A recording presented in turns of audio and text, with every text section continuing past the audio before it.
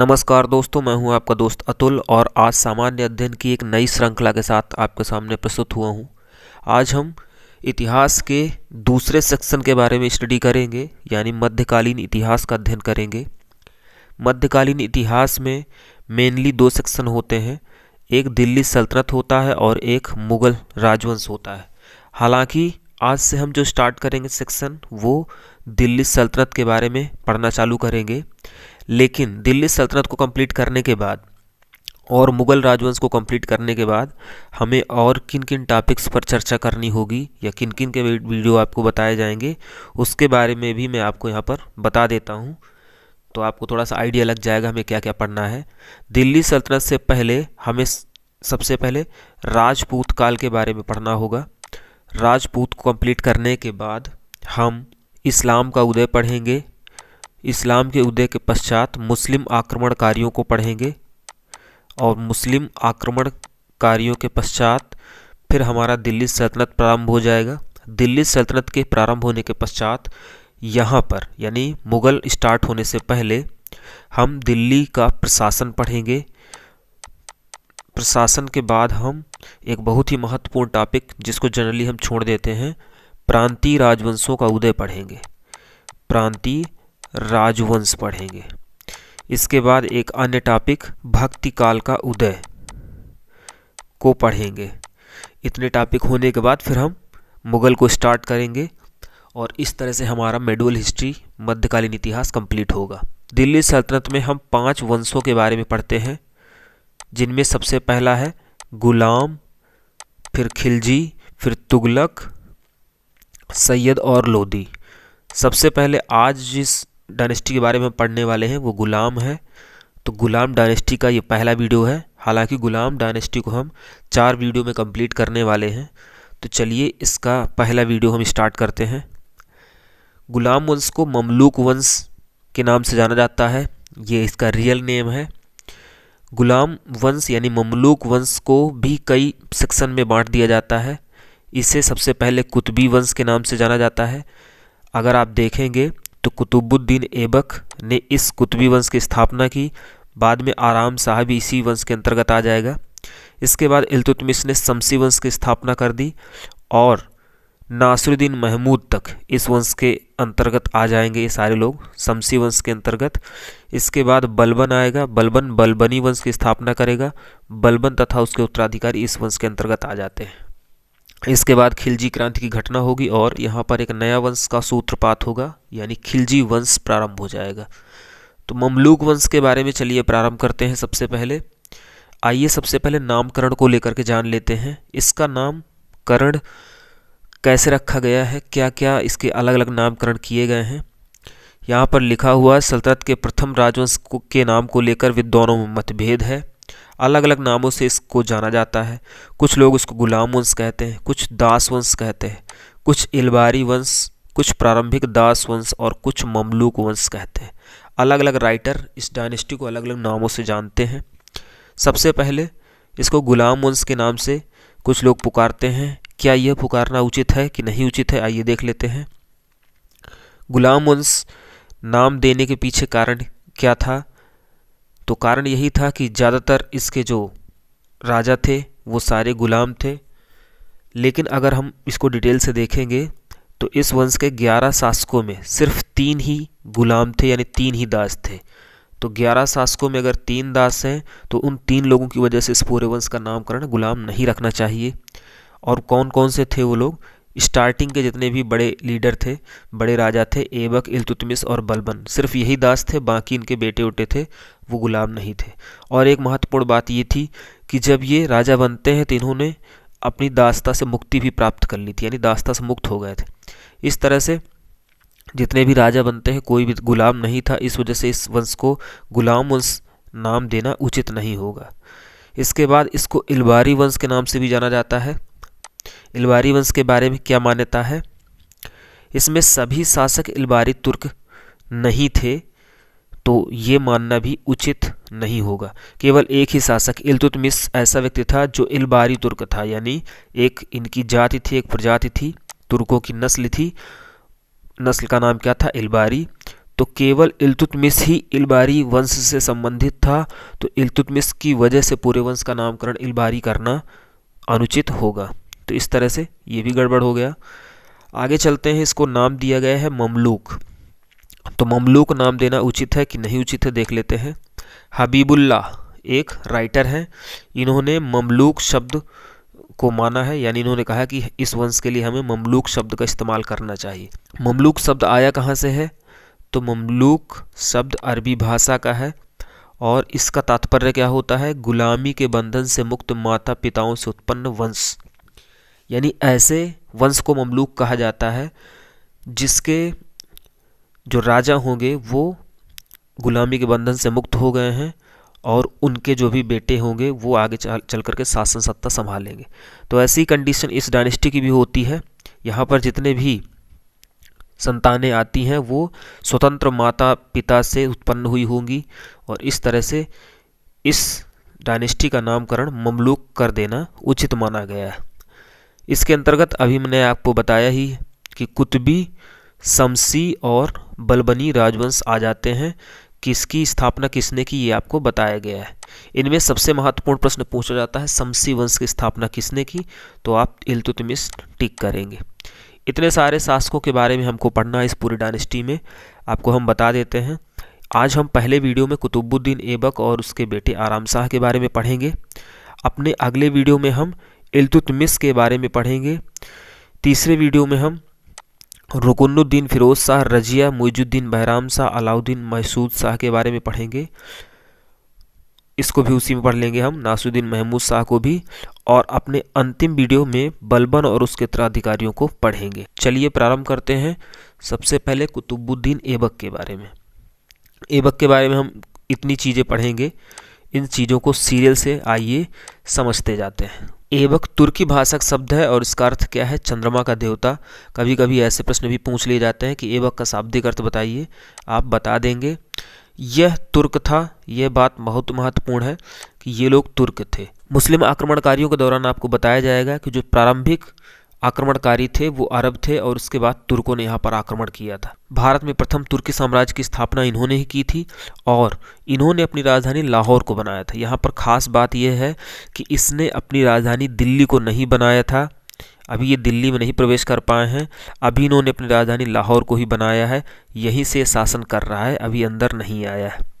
दिल्ली सल्तनत का प्रथम सुल्तान तो है लेकिन प्रथम वैध सुल्तान नहीं है। सुल्तान प्रथम है लेकिन अभी इसको वैधता नहीं मिली है, उसके बारे में हम आगे समझेंगे। ये फैक्ट है सारे, इनको याद कर लीजिएगा। आपको बता दें कि इसके भारत की सत्ता को प्राप्त करने से पीछे जो स्टोरी है वो क्या है। इसका जो मालिक था गौरी की मृत्यु हो जाने की वजह से उसके साम्राज्य को 3 भागों में बांट दिया जाता है। उसका गजनी वाला जो साम्राज्य है दे दिया जाता है एलदौज को। इसके बाद पाकिस्तान के सिंध वाला जो एम्पायर है उस राज्य को दे दिया जाता है कुवाचा नामक व्यक्ति को, जो इसके सब दोस्त होते हैं या इसके बराबरी के लोग होते हैं। और भारत वाला राज्य मिल जाता है कुतुबुद्दीन ऐबक को। इन तीनों में आपस में खींचातान होती है अपने आप को पावरफुल बताने के लिए, अपने आप को सक्षम बताने के लिए, एलदौज, कुवाचा और ऐबक के बीच में। तो इसकी स्थिति उतनी अच्छी थी नहीं कुतुबुद्दीन ऐबक की, इस वजह से इसने झगड़ा करना उचित नहीं समझा और इन दोनों से समझौता करने का प्रयास किया। इसी समझौते के प्रयास में इसने क्या किया, उसने स्वयं एलदौज की पुत्री से विवाह कर लिया, इसकी बेटी से स्वयं विवाह कर लिया इसने, साथ ही अपनी बहन का विवाह कुवाचा से कर दिया और अपनी बहन किसको ब्याह दिया? कुवाचा को ब्याह दिया और इल्तुतमिश के साथ अपनी पुत्र का विवाह किया। आगे चल के अगला शासक आएगा इल्तुतमिश, उसके साथ अपनी बेटी का विवाह किया। इस तरह से इसने वैवाहिक नीति अपनाई थी और अपना करके इन लोगों को शांत करने का प्रयास किया। अब सर्वाधिक प्रश्न इसकी उपाधियों को लेकर पूछे जाते हैं। 25 जून 1206 को ये गद्दी पर बैठ तो गया लेकिन औपचारिक मान्यता इसको 1208 को दी गई, जब उधर गयासुद्दीन महमूद ने इसको निम्न चीज़ें भिजवाई, सिंहासन, छत्र, दूरबास, पताका, इन सब चीज़ों को भिजवाया। तब इसने अपने आप को औपचारिक शासक तो माना, लेकिन फिर भी अभी भी ये अपने आप को सुल्तान नहीं मानता था। इसने कभी सुल्तान की उपाधि धारण नहीं की, ये प्रश्न बहुत ही इंपॉर्टेंट है। इसने सिर्फ मालिक और सिपाह सालार की उपाधियों को धारण करके ही अपना जीवन चलाया। मलिक और सिपह सलार क्या होता है? ये सैनिक उपाधियां होती हैं और इन सैनिक उपाधियों को धारण करके ही ये बना रहा राजा। इसने कभी भी अपने आप को सुल्तान नहीं माना। ये प्रश्न पूछे जाते हैं, ध्यान रखिएगा। साथ ही साथ इसको कुछ अन्य उपाधियों से भी नवाजा जाता है। इसे लाख बख्श के नाम से भी जाना जाता है क्योंकि लाखों का दान देता था। इसे पील बख्श भी कहा जाता है। कभी भी मेडिवल हिस्ट्री में आपको पील शब्द मिल जाए तो पील से आपको हमेशा हाथी समझना है। हाथियों का दान देने के कारण कहा जाता था। कुरान खां बहुत अच्छी तरह से कुरान पढ़ता था, बहुत सुंदर इसका गला था, इस वजह से इसको कुरान खां भी कहा जाता था। और मिनहाज उस सिराज एक राइटर हैं। इन राइटर के बारे में हम अगले टॉपिक में पढ़ेंगे, यानी इल्तुतमिश वाले टॉपिक में पढ़ेंगे। मिनहाज उस सिराज एक राइटर हैं। इन्होंने अत्यधिक सौर प्रदर्शन, काफ़ी इन्होंने सौर्य का परिचय दिखाया था। इस वजह से मिनहाज उस सिराज ने इनको हातिम द्वितीय की उपाधि थी। एक हातिम आपने सुना होगा, यमन का शहजादा हातिम। तो यमन का शहजादा जो हातिम था वो एक फर्स्ट हो गया है मान के चलिए, और फर्स्ट के बाद अब इसको क्या किया गया है? हातिम द्वितीय, कुतुबुद्दीन ऐबक को हातिम सेकंड की उपाधि दे दी गई। फर्स्ट कौन हो गए? हातिम, जो ऑलरेडी कहानियों में बताया जाता है। इतनी सारी उपाधियां हो गई, इनको ध्यान रखिएगा। उपाधियों के बाद इसकी बंगाल नीति की बात कर लेते हैं। बंगाल नीति में बख्तियार खिलजी आप पीछे पढ़ेंगे कभी तो आपको बताया जाएगा कि जब इधर गौरी लोग उत्तर भारत को विजिट करने में व्यस्त थे, उसी समय बंगाल जा कर के बख्तियार खिलजी बंगाल को जीत लेता है। जब बंगाल को जीत लेता है तो बख्तियार खिलजी बंगाल का शासक बन जाता है, वहाँ पर शासन चलाने लगता है। उसके आगे की कहानी आपको बताई गई कि इधर अब गौरी का काम खत्म हो गया, अब उत्तर भारत में कुतुबुद्दीन ऐबक का अधिकार हो गया है। और ऐबक जब इधर राजा है, उधर उस साइड बख्तियार खिलजी का कत्ल कर दिया गया है और उसकी हत्या करके एक नया व्यक्ति आ गया है, अली मर्दान। अली मर्दान अब बंगाल का शासक बन बैठा है। उसने लखनऊती पर अधिकार कर लिया है, जो बंगाल की राजधानी है। किंतु सरदारों ने क्या किया? इसको अपदस्थ कर दिया अली मर्दान को, और मोहम्मद शेरा को क्या बना दिया? एक नया शासक बना दिया। मोहम्मद शेरा को नया शासक बना दिया। आपने कहानी समझी। यहाँ पर सबसे पहले बख्तियार खिलजी था, बख्तियार खिलजी को मार दिया जाता है, अपदस्थ करके अली मर्दान बना, लेकिन अली मर्दान को भी हटा दिया गया और शेरा, मोहम्मद शेरा यहाँ पर बना। अब अली मर्दान भागा भागा किसके पास जाएगा? कुतुबुद्दीन ऐबक के पास जाएगा और कहेगा कि मुझे आप शासक बनाइए। तो ऐबक मदद करेगा और ऐबक अली मर्दान की मदद करके वापस अली मर्दान को क्या बना देगा? बंगाल का शासक बना देगा। लेकिन मर्दान ने कहा कि मैं आपकी अधीनता स्वीकार करता हूं, यानी मैं आपके संरक्षण में रहूंगा। इस तरह से आपसे प्रश्न पूछा जा सकता है कि जब कुतुबुद्दीन ऐबक दिल्ली का नवाब था या शासक था, उस समय बंगाल का शासक कौन था? बंगाल किसके अधीन था? तो अली मर्दान आपको टिक करना होगा। इसके दरबार में रहने वाले प्रमुख इतिहासकारों के बारे में सबसे पहले हसन निजामी है। हसन निजामी की किताब बहुत ही महत्वपूर्ण है, ताज उल मासिर, याद करना है। फ़ख्र ए मुदव्विर की रचना है तारीख़ मुबारक शाही, इनको याद कर लेना है। आइए अब इनकी स्थापत्य की बात करते हैं, किन किन स्थापत्य का इन्होंने निर्माण करवाया है। सबसे पहले नंबर पर कुव्वतुल इस्लाम मस्जिद। कुव्वतुल इस्लाम मस्जिद का निर्माण इन्होंने 1195 से 99 के बीच 27 जैन मंदिरों को ध्वंसावशेषों पर करवाया।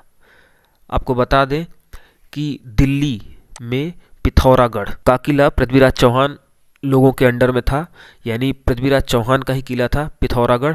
उसी किले के अंदर, यानी उसी किले को जीत लिया जाता है किनके द्वारा? तुर्कों के द्वारा, और जीत करके उसी पर कुव्वतुल इस्लाम मस्जिद का निर्माण करवाया जाता है। यहाँ पर पहले 27 जैन मंदिर थे, उन 27 जैन मंदिरों को तोड़वाया जाता है और उनको तोड़वा करके इस पर कुव्वतुल इस्लाम मस्जिद बनवाई जाती है। आप इसमें फिगर में देख सकते हैं, यहाँ पर ये मस्जिद का डिज़ाइन बना हुआ है। ये यहाँ पर भी आप देख सकते हैं, उसी का डिज़ाइन दिख रहा है आपको। प्रारंभ में यहाँ पर ये जैन मंदिर थे, उनको तोड़वा कर इन्होंने कुव्वतुल इस्लाम मस्जिद का निर्माण करवाया, और भारत में इस्लामी पद्धति पर निर्मित प्रथम मस्जिद है ये। प्रश्न बहुत ही इंपॉर्टेंट है। इस्लामी पद्धति पर बनी भारत की पहली मस्जिद कौन सी है? तो आप कुव्वतुल इस्लाम मस्जिद का निर्माण बताएंगे। इसी कुव्वतुल इस्लाम मस्जिद के बगल में ही आप देख रहे हैं कुतुब मीनार स्थित है। अभी इसकी भी चर्चा हम करेंगे। तो ये कुव्वतुल इस्लाम मस्जिद हुई आपकी। इसके अलावा 2.5 दिन का झोपड़ा भी इन्होंने निर्माण करवाया। ये तस्वीर 2.5 दिन का झोपड़े की है। ये बिल्डिंग आपकी दिल्ली में थी, कुव्वतुल इस्लाम मस्जिद, जबकि 2.5 दिन का जो झोपड़ा है वो अजमेर में है। ये काफ़ी पॉपुलर क्वेश्चन है। इसके बैकग्राउंड में चलते हैं। होता ये है कि यहाँ पर अजमेर में संस्कृत महाविद्यालय बनवाया जाता है विग्रहराज चतुर्थ के द्वारा। विग्रहराज चतुर्थ कौन है? ये भी पृथ्वीराज चौहान के पूर्वज हैं और इन्होंने संस्कृत महाविद्यालय का निर्माण अजमेर में करवाया था। बाद में उसके ध्वंसावशेषों पर इन्होंने इस नई बिल्डिंग का निर्माण करवाया, यानी कुछ दीवारें रही होंगी संस्कृत महाविद्यालय की और उसी पर इन्होंने 2.5 दिन का झोपड़ा नामक नई एक बिल्डिंग बनवा दी। इसीलिए इसकी दीवारों में कभी कभी विग्रहराज चतुर्थ के द्वारा रचित पुस्तक हरिकेल नाटक की चित्रकारी के साथ मिल जाते हैं। यानी विग्रहराज चतुर्थ एक बहुत बड़े कला प्रेमी व्यक्ति थे। इन्होंने एक पुस्तक लिखी थी हरिकेल नाटक, जो चित्रकारी पर आधारित थी और इसी पुस्तक के चित्र को कभी कभी यहाँ पर आप देख सकते हैं इन दीवालों में, 2.5 दिन के झोपड़े की दीवालों में। तो ये प्रश्न टीजीटी आदि परीक्षाओं में पूछा गया है कि 2.5 दिन के झोपड़ा में किस पुस्तक की, किस नाटक की चित्रकारी की गई है? तो हरिकेल नाटक आप बताएंगे। अगली बिल्डिंग जो काफ़ी पॉपुलर है, आप सब लोग जानते हैं, कुतुब मीनार। कुतुब मीनार की ऊंचाई कितनी है? इसका आधार कितना है चौड़ा? यानी बेस में आप जाएंगे तो 14.3 मीटर इसका चौड़ाई होगी, जबकि शिखर में जाएंगे 2.75 मीटर इसकी चौड़ाई होगी। सीढ़ियाँ इसमें 379 हैं। इसका निर्माण मेहरौली के समीप करवाया जाता है। 1199 में स्टार्ट किया जाता है कुतुबुद्दीन ऐबक के द्वारा। लेकिन आपको बता दें, यह सिर्फ एक ही बिल्डिंग या एक ही खंड कंप्लीट करवा पाए कुतुबुद्दीन ऐबक और इनकी आकस्मिक मृत्यु हो गई। इस वजह से ये काम रुक गया।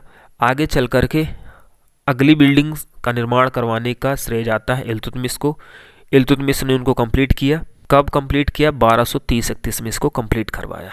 बात यह आती है कि इसका निर्माण क्यों करवाया गया था। तो ऐबक ने इसका निर्माण प्रसिद्ध सूफी संत ख्वाजा कुतुबुद्दीन बख्तियार काकी की याद में करवाया था और शायद इन्हीं के नाम की वजह से इसको कुतुब मीनार के नाम से जाना जाता है। इस तरह से कुतुब मीनार की पहली मंजिल का निर्माण किसने करवा दिया था? ऐबक ने करवाया था। बाद की 3 मंजिलों का निर्माण किसने करवाया? इल्तुतमिश ने करवाया। लेकिन आगे चल करके एक मंजिल टूट जाती है। ऊपर वाली जो मंजिल है वो क्या हो जाती है? टूट करके गिर जाती है या क्षतिग्रस्त हो जाती है। तो इसका निर्माण किसने करवाया? फिरोज शाह तुगलक ने करवाया। कुछ हल्का फुल्का आगे सिकंदर लोदी भी करवाएगा। फिरोज शाह तुगलक आपको ज़्यादा ध्यान रखना है। तो इन्होंने क्या करवाया था? एक बिल्डिंग जो टूट करके या एक मंजिल जो टूट करके गिर गई थी, तो बची फिर कितनी? फिर 3 बची। इन्होंने एक को करवा के 2 टुकड़े में करवा दिया। यानी पहले कुल टोटल 4 मंजिला इमारत थी। एक मंजिल टूट गई तो 3 बची। 3 में से ऊपर इन्होंने 4 के जो एक टुकड़े थे उसके 2 टुकड़ों में करवाया निर्माण। तो अब टोटल कितनी इसकी बिल्डिंग हो गई? यानी टोटल कितने खंड हो गए? 5 खंड हो गए। तो वर्तमान में आपसे कोई पूछे कुतुब मीनार कितने खंड में है, तो कुतुब मीनार 5 खंड में है। हालांकि प्रारंभ में कुतुब मीनार का निर्माण एक विजय स्तंभ के रूप में करवाया गया था, लेकिन बाद में इसमें अजान होने लगी थी, यानी अजान के लिए इसका इस्तेमाल किया जाने लगा था। कुतुब मीनार के पास ही एक अन्य बिल्डिंग स्थित है, आप यहाँ पर देख सकते हैं। ये बिल्डिंग आपको दिखाई दे रही है। इस बिल्डिंग को अलाई मीनार के नाम से जाना जाता है। यह कुतुब मीनार के उत्तर में खड़ी हुई है और इसका निर्माण अलाउद्दीन खिलजी के द्वारा किया जाता है। महत्वपूर्ण है। उसने क्या सोचा था, क्या सोच कर इसका निर्माण करवाया था? कुतुब मीनार से 2 गुने आकार में बनाने का उद्देश्य था उसका। जितना कुतुब मीनार का था, आप यहाँ बेस भी देख सकते हैं, काफ़ी चौड़ा है कुतुब मीनार से। तो उसने सोचा था कि मैं इससे 2 गुना लंबी इमारत बनवाऊंगा, लेकिन वो इस काम में सफल नहीं हो पाया क्योंकि उसकी भी असामयिक मृत्यु हो गई थी। तो कोई आपसे पूछे कि अलाई मीनार कहाँ पर स्थित है, आप बता दें कुतुब मीनार के पास ही स्थित है। इसने जब गुजरात को जीता था उसी समय एक महत्वपूर्ण काम किया था, इसने इल्तुतमिश को खरीदा था। ये प्रश्न पूछ लिया जाता है कि किस विजय के पश्चात इसने इल्तुतमिश को खरीदा था और खरीद करके दिल्ली में अपने पास रखा था। यही इल्तुतमिश आगे चल करके शासक बनेगा। 1210 ईस्वी में ऐबक की मृत्यु हो जाती है घोड़े से गिरकर। घोड़े से ये खेल रहा था चौगान, यानी प्रेजेंट टाइम का जो पोलो होता है उसको खेल रहा था ये, और घोड़े से गिर जाने से इसकी क्या हो जाती है, मृत्यु हो जाती है। प्रश्न पूछा जाता है, बहुत छोटा सा क्वेश्चन है कि किस सल्तनतकालीन शासक की मृत्यु पोलो खेलते दौरान हुई थी, पोलो खेलने से घोड़े से गिर करके हो गई थी। आपको ऐबक का नाम बताना है। इसे लाहौर में दफनाया गया था। यहाँ पर लाहौर में क्योंकि खेल रहा था, लाहौर में ही गिर गया होगा और इस तरह से लाहौर में इसको दफना दिया जाता है। ये इसका स्मारक है, ये इसकी मजार है जहाँ पर इसको दफनाया गया है। ऐबक की मृत्यु के पश्चात उसके बेटे आराम शाह को लाहौर के अमीरों ने सुल्तान बना दिया, लेकिन वो योग्य नहीं सिद्ध हुआ, अयोग्य शासक सिद्ध हुआ। इस तरह से बंगाल का अली मर्दान, जो अली मर्दान कुतुबुद्दीन ऐबक की सहायता से बंगाल का शासक बना था, वो अपने आप में स्वतंत्र हो गया। ठीक है, कुवाचा भी उधर परेशानी खड़ी करने लगा, वो भी अपनी शक्ति में वृद्धि कर लिया था। इस समस्या को देखते हुए दिल्ली के तुर्क अमीर सरदारों में एक प्रमुख व्यक्ति थे अली इस्माइल। इन्होंने क्या किया, इल्तुतमिश को सुल्तान का पद स्वीकार करने हेतु आमंत्रित किया, बुलाया इल्तुतमिश को कि भैया आ जाओ, और इल्तुतमिश पहुंच गया। इल्तुतमिश अभी इस दौरान जो है बदायूं का इक़्तिदार था। बहुत ही महत्वपूर्ण प्रश्न है। बदायूं का इक़्तिदार था, वहाँ का प्रांतपति था। वहाँ से अपनी सेना लेकर पहुँच जाता है आराम शाह के पास। आराम शाह और इल्तुतमिश के बीच में युद्ध होता है। युद्ध का नाम है जूद का युद्ध, बहुत ही इंपॉर्टेंट युद्ध है। और इस युद्ध में आराम शाह को मार दिया जाता है, पराजित कर दिया जाता है, और आराम शाह इस तरह से केवल 8 माह शासन सत्ता को भोग करने के बाद चल बसता है और अगला शासक बन जाता है इल्तुतमिश। तो अगले वीडियो में हम इल्तुतमिश के इतने कार्यों के बारे में पढ़ने वाले हैं। अगर आपको हमारे वीडियो पसंद आ रहे हैं, अपने दोस्तों को ज़्यादा से ज़्यादा शेयर करिए। मिलते हैं अगले वीडियो में, तब तक के लिए नमस्कार।